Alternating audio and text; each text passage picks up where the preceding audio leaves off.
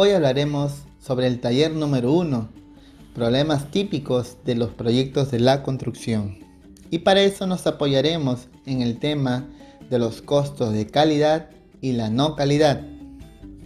Las organizaciones y las empresas a nivel mundial siempre buscan competir a través de la oferta de productos y servicios con excelencia, sabiendo que la calidad es un factor clave muy importante en el éxito de los proyectos. Aunque muchas veces este costo de calidad se incurre en costos un poco elevados, es relevante resaltar que el costo de la no calidad es mucho más cara e inclusive podría llevar al fracaso de todo el proyecto.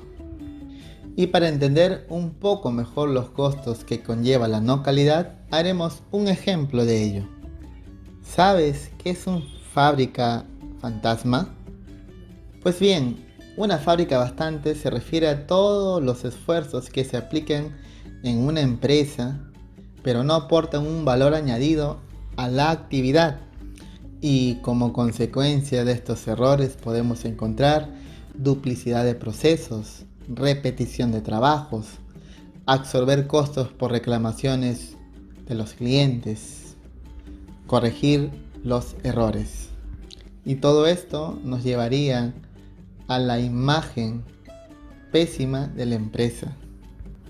Así también podemos comparar los costos de la no calidad con un iceberg, en el que la parte visible es únicamente la parte que podemos cuantificar y los demás costos, en su gran mayoría, pertenecen ocultos. Cuando los gerentes de las empresas comprenden los 4 tipos de costo, pueden tomar decisiones respecto a las implementaciones de mejora. A partir de los costos de calidad, pueden determinar la utilidad de invertir en un proceso, modificar un procedimiento o revisar el diseño de la ingeniería. Costo de prevención.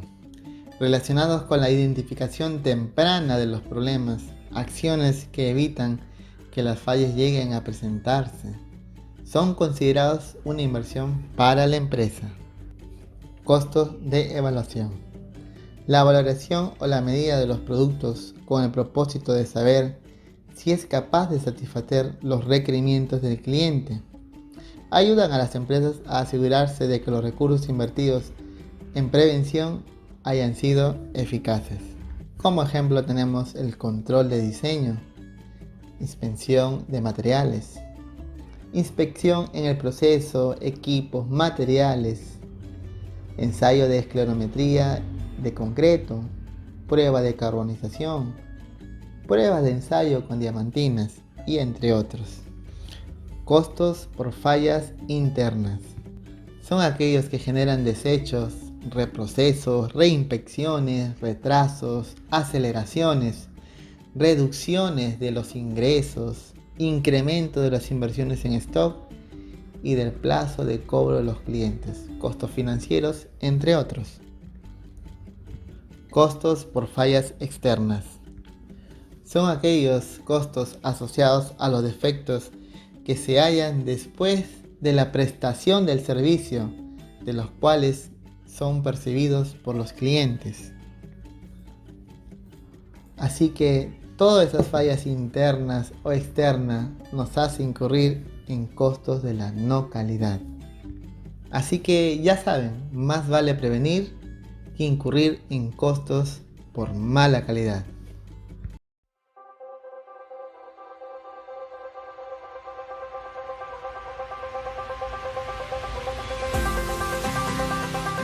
El éxito de los megaproyectos es vital para las economías de todo el mundo, pero con demasiada frecuencia no cumplen los objetivos materiales y esto puede tener consecuencias sociales y económicas muy graves. Por lo tanto, es de suma importancia que entendamos el porqué del mal desempeño de los megaproyectos y lo que debe hacerse para prevenir que esto ocurra. Esta revisión literaria sistemática abre el camino para responder a estas cuestiones fundamentales y propone un programa de investigación claro para fomentar el éxito de los megaproyectos en el futuro. A continuación tenemos un gráfico estadístico circular donde veremos el porcentaje de éxito de los proyectos, con un 32% de proyectos exitosos, con un 24% de proyectos fracasados y 44% de proyectos desviados. La mayoría de los proyectos se atrasan, exceden su presupuesto o no funcionan adecuadamente. El 56% de los megaproyectos en el mundo no cumplió su meta establecida al tomar la decisión de inversión. Todos los estudios coinciden en las mismas causas de fracaso: equipos profesionales inadecuados, presión del dueño por apresurar los proyectos, descoordinación e incomunicación entre los equipos de ingeniería de contratistas, adjudicación de contratos muy grandes, contratos se adjudican a la oferta más barata y no por calidad, contratos inadecuados para generar soluciones ganadoras, directores y jefes de proyectos son muy pasivos. A continuación veremos las tasas de fracasos en proyectos en la región de Latinoamérica. Una mirada de los 200 mayores proyectos privados y estatales por montos de inversión. Nos dice que un 38% han salido en sobrecostos, de acuerdo a la estimación de la inversión en billones de dólares. Otro 31% de tiempo adicional con respecto a la estimación de plazos en meses y un 47% con retraso en el estado con respecto al cronograma. A continuación, el taller aplicativo número 3, donde discutiremos las razones directas de las fallas de los megaproyectos en el mundo y en el Perú. Las razones identificadas de las fallas de los proyectos en el mundo y en el Perú son las siguientes: la corrupción, los recursos humanos, organización y gobernabilidad, la falta de gerenciamiento de los componentes de los programas, los equipos profesionales inadecuados, la presión del dueño de contrato para apurar los proyectos, descoordinación e incomunicación entre los equipos de ingeniería de las contratistas, proveedores y dueños de contrato, adjudicación de contratos muy grandes a empresas que no tienen las capacidades de ejecución, contratos son adjudicados a la oferta más barata y no de acuerdo a la calidad ofrecida. Respecto al impacto de las fallas y brechas de la infraestructura en el Perú, tenemos como principal indicador la corrupción, que de acuerdo a la publicación del equipo de la PUCP, el 36% de la población señala la corrupción como el principal problema en el país, por encima de otros temas como la economía, seguridad e inestabilidad. Y el efecto que tiene el perjuicio por corrupción parecería estar centrándose en las regiones con menor desarrollo relativo, tal como se muestra en el gráfico. En cuanto al efecto que tuvo el perjuicio económico por corrupción en infraestructura de transporte para el año 2019 en el Perú fue de 2.893 millones de soles. Con esta cantidad de dinero se hubiese podido financiar la construcción de vías hasta por 1.497 kilómetros de carretera o 109 kilómetros de infraestructura férrea, tal como se muestra en el gráfico. Otras fallas identificadas en el país son la demora en el inicio de la ejecución de las obras debido a la falta de liberación de interferencias, la falta de capacidad de gestión del Estado que genera sobrecostos, el diseño inadecuado de contratos, la inadecuada determinación de los criterios de precalificación de postores y externalidades negativas que repercuten en la ejecución del proyecto. Dentro de los planes y criterios para evitar fallas de proyectos en el Perú, se tiene el fortalecimiento de la Contraloría General de la República, la adecuada identificación y asignación de riesgos de los proyectos y los procesos de adjudicación competitivos y transparentes en los concursos. Como conclusiones, se tiene que uno de los principales factores de las fallas de los proyectos en el Perú es la corrupción, y para minimizar las fallas de los proyectos en Perú se debe fortalecer la Contraloría General de la República, hacer una adecuada identificación y asignación de riesgos de los proyectos y hacer los procesos de adjudicación competitivos y transparentes en los concursos.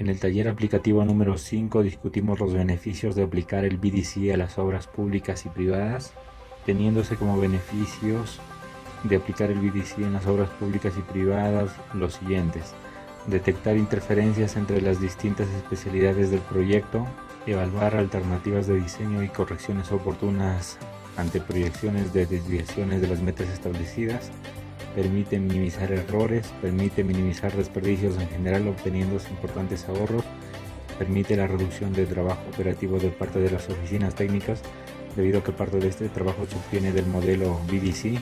Se elimina el trabajo interdependiente teniendo cada actor del proyecto la claridad de los trabajos que debe realizar. Se disminuyen los costos de operación y mantenimiento.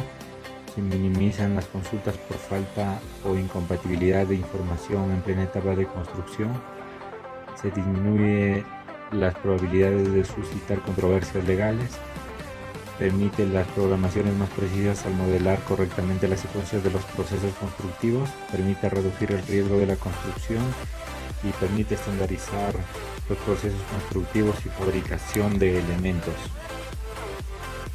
En el siguiente diagrama de Pareto se muestra los beneficios y el éxito de los proyectos, teniéndose el 20% de beneficios que determinaría el éxito del 80% de proyectos está dado por los beneficios de evaluar alternativas de diseño y correcciones y detectar interferencias entre especialidades.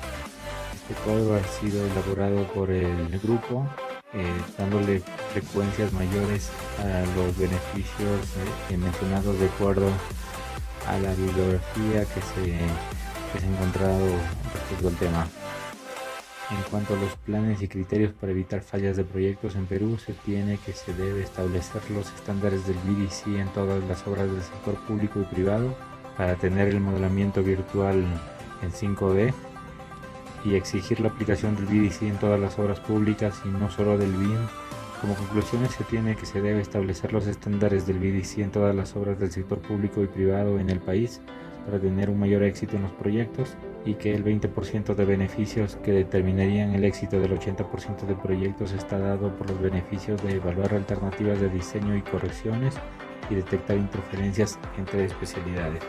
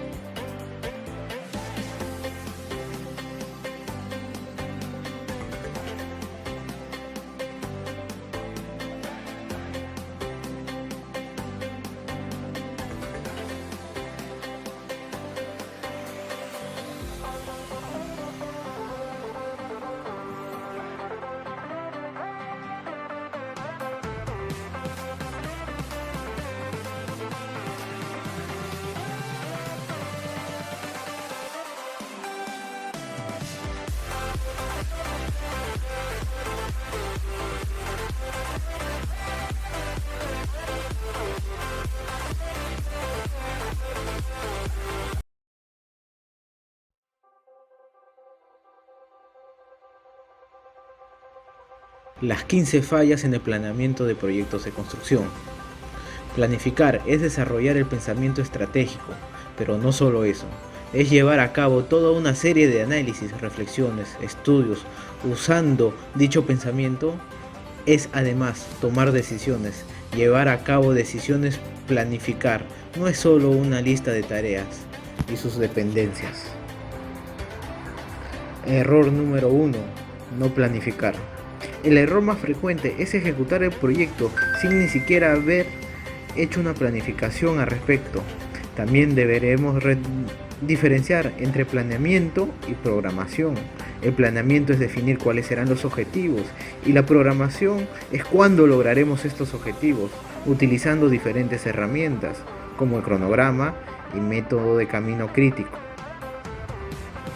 Error número 2. No tener estrategia. Es la suma de las habilidades blandas y habilidades duras para poder tener una estrategia del proyecto. No solo deberemos programar en actividades el proyecto, sino también deberemos relacionarnos con los diferentes interesados e involucrados del proyecto. Para eso necesitamos las habilidades blandas. Error número 3. No tener claridad de ideas. Tener conocimiento de dónde se está ejecutando el proyecto.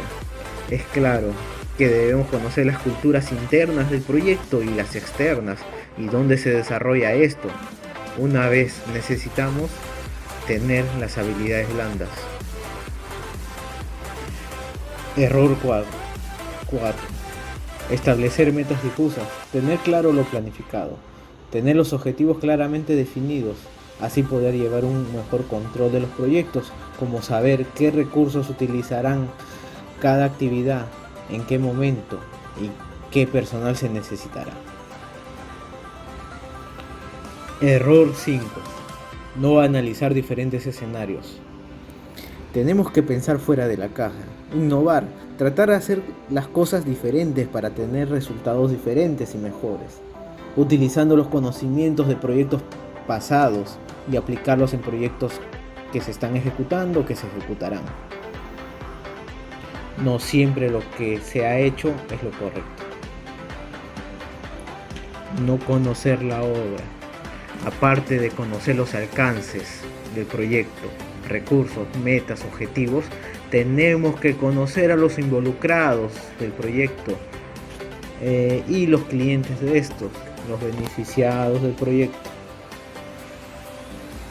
No conocer los secretos de los oficios. Error número 7. Tener experiencia obra, tanto técnica.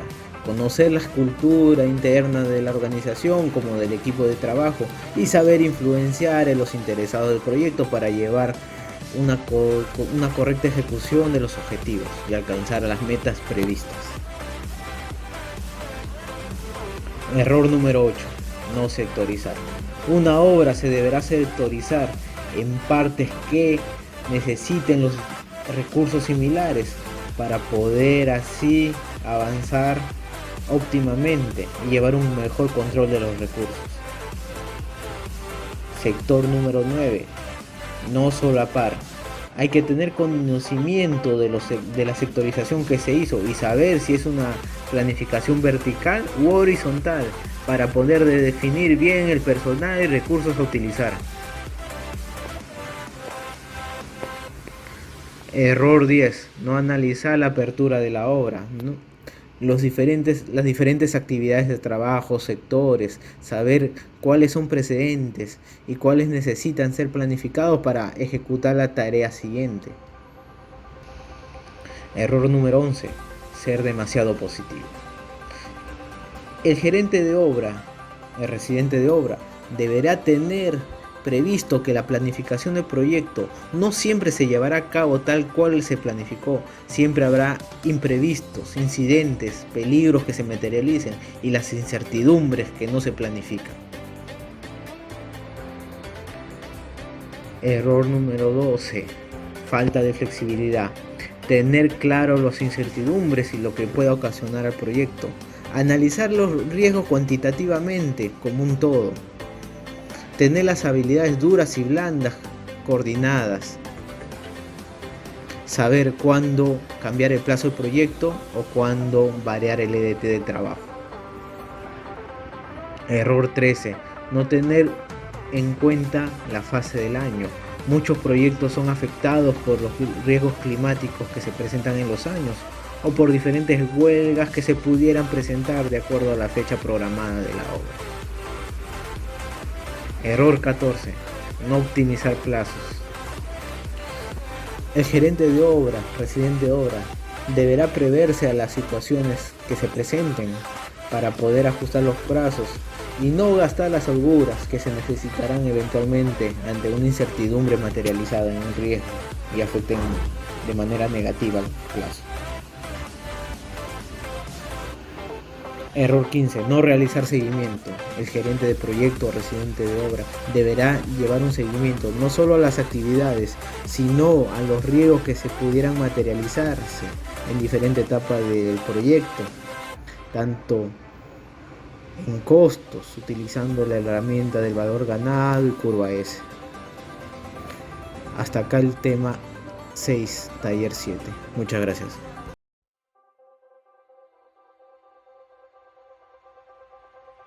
Taller 8. Gestión de incertidumbres y riesgos. Como resumen, tenemos en primer punto problemas en megaproyectos internacionales Ernst & Young. Como segundo punto, riesgos en los proyectos mineros Codelco. Tercer punto, gestión de las incertidumbres y riesgos. Cuarto punto, conclusiones del tema 7. Problemas en megaproyectos internacionales Ernst & Young.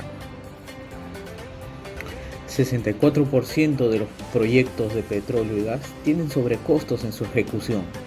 73% de estos proyectos tienen retrasos en su ejecución, siendo las principales causas de estos efectos adicionales en sus alcances, cambios en sus diseños, condiciones severas en los tiempos, errores en los diseños, errores en los contratos.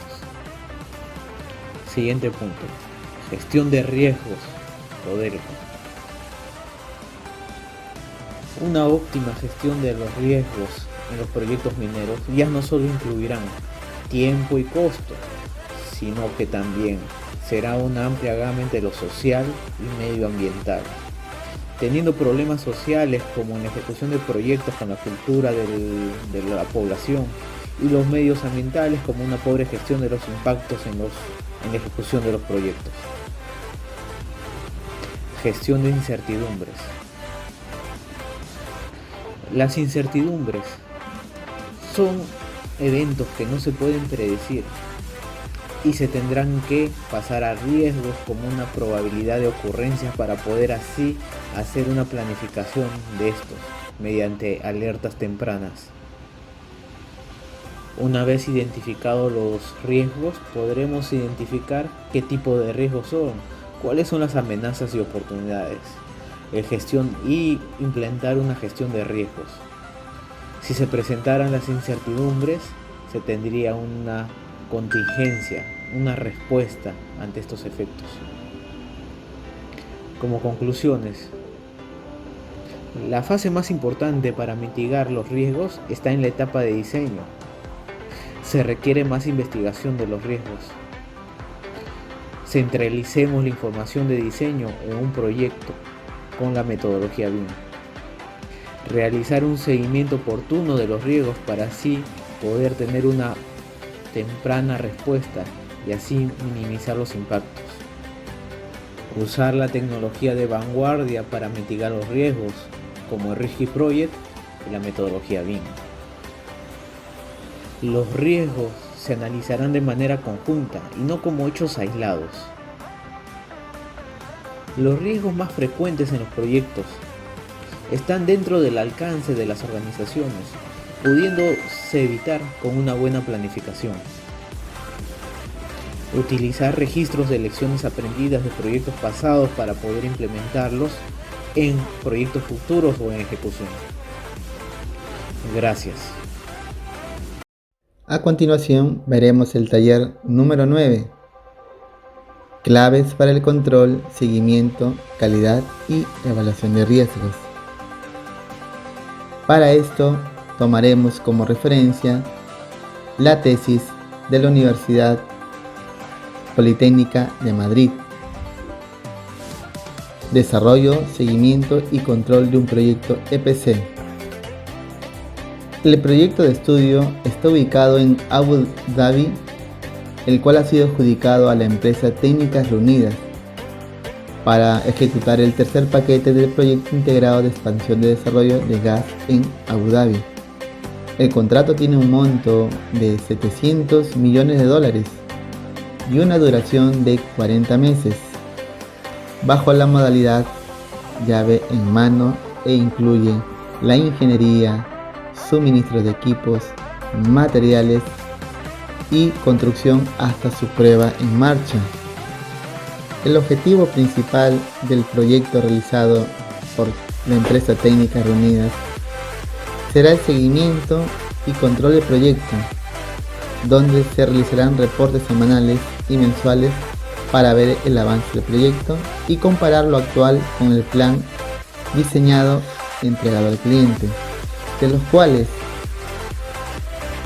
desarrollaremos una tabla de valores mensuales de trabajo programado, trabajo real y el forecast, así también como el uso del software de programación de planificación Primavera P6, modelamiento BIM, el análisis de cada fase del proyecto, obteniendo así el KPI, el SPI, el CPI y el valor ganado. Posteriormente un informe con las interpretaciones de los resultados. Y también se estará haciendo uso del PDM y CMP. El PDM es el método del diagrama de precedencias, que es la herramienta para la programación de actividades y la planeación de un proyecto. Es un método de construcción de un diagrama de red del cronograma del proyecto, que utiliza cajas, denominadas nodos, para representar las actividades y los conecta con flechas que muestran las dependencias. También el SMP es el método de la ruta crítica o del camino crítico. Es un algoritmo utilizado para el cálculo de tiempos y plazos en la planificación de los proyectos. Con todos los usos de estas herramientas ya mencionadas, podremos asegurar el control, el seguimiento, calidad y evaluación de los riesgos en cada fase del proyecto, de los cuales se dividieron en 6: general, detalle de la ingeniería, compras, fabricación y entrega, construcción, puesta en marcha.